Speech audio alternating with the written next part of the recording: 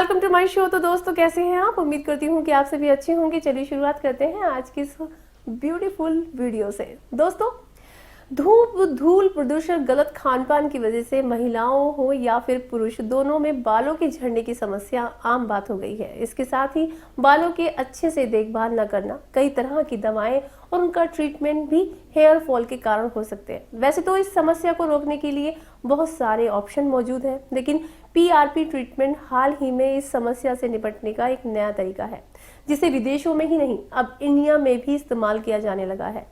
इसकी सबसे अच्छी बात है कि इसमें किसी प्रकार की कोई सर्जरी नहीं होती है। इसके चलते साइड इफेक्ट का भी कोई खतरा नहीं होता है। पीआरपी ट्रीटमेंट यानी प्लेटेट्स रिच प्लाज्मा ट्रीटमेंट, इसके लिए जिस इंसान का इलाज किया जाता है उसका ही ब्लड ट्रीटमेंट के उपयोग में लाया जाता है। चलिए अब आपको पीआरपी ट्रीटमेंट के प्रोसेस के बारे में बता देते हैं। ट्रीटमेंट की शुरुआत में सामान्य एनेस्थीसिया से प्रभावित क्षेत्र को सुन्न कर दिया जाता है। फिर विशेष माइक्रो सुई की हेल्प से पीआरपी को सिर के उन क्षेत्रों में इंजेक्ट किया जाता है जहां उपचार किया जाना है।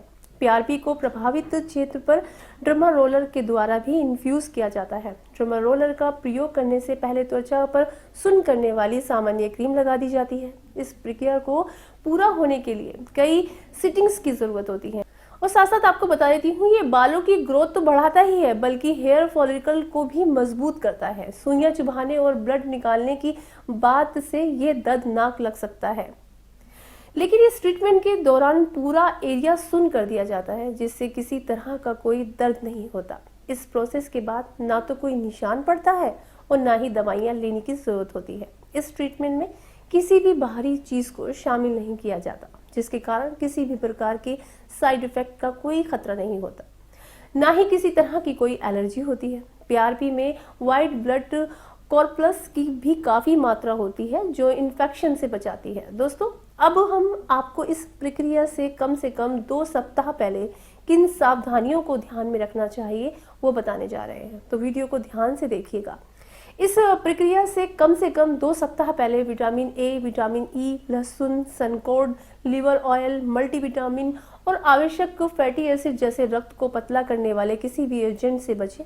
प्रक्रिया से कम 7 दिन पहले एस्पिरिन, यानी कि जैसे होता है ना डिस्प्रिन होती है, या कोई भी ऐसी दवाइयाँ होती हैं जैसे विरोधी जिसमें बहुत ज़्यादा भड़काऊ कंपाउंड होते हैं, उन दवाओं को उपयोग से आप बच सकते हैं। अगर ज़रूरत हो तो उपचार से पहले टाइलोनन का उपयोग कर सकते हैं।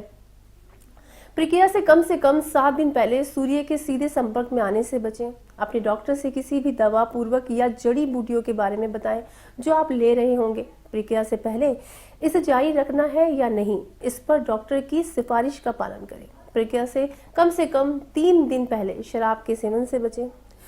प्रक्रिया से कम 2 सप्ताह पहले धूम्रपान छोड़ दें। आमतौर पर प्रक्रिया से 7 दिन पहले तक अपने बालों को रंगना ठीक होता है। बालों के झड़ने के अन्य उपचार जैसे लेजर उपचार, दवाएं या हार्मोन अवरोधक दवाएं आमतौर पर पीआरपी प्रक्रिया से पहले जारी रखी जा सकती हैं। प्रक्रिया से 1 दिन पहले तरल पदार्थ का ज्यादा सेवन बढ़ाएं। प्रक्रिया से कम 2 घंटे पहले 500 मिलीलीटर पानी पिएं। अपने उपचार की सुबह अपने बालों को अच्छी तरह से शैम्पू करें। प्रक्रिया के दिन बालों में जेल, स्प्रे या अन्य स्टाइलिंग उत्पादों का लगाने से आप बचें। और साथ साथ आपको बता दें कि पीआरपी थेरेपी 18 महीने से 2 साल तक बेहतरीन असर दिखाती है। पीआरपी बालों को झड़ने को रोकने में बहुत ही असरदायक उपचार है, क्योंकि ये नेचुरल बालों के विकास को ट्रिगर करता है और बालों का मोटापा बढ़ाकर उनको हेल्दी बनाता है। कुछ ही समय में इससे बालों का गिरना रुक जाता है। उम्मीद है दोस्तों आप पीआरपी ट्रीटमेंट के बारे में समझ गए होंगे। अगर आपको इस ट्रीटमेंट से जुड़ी और जानकारी लेनी है तो आप कमेंट में अपना सवाल पूछ सकते हैं। हम अगले वीडियो में उसका आंसर आपके लिए जरूर लाएंगे। तब तक के लिए बने रहिए और देखते रहिए हमारे साथ family group. Take care and bye bye.